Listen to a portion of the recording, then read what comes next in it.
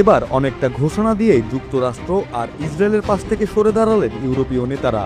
বিশেষ করে যুক্তরাজ্য, জার্মানি, ফ্রান্স, ইতালির শীর্ষ নেতারা ট্রাম্পকে স্পষ্ট করে জানিয়ে দিয়েছেন, এটি আমাদের যুদ্ধ নয়।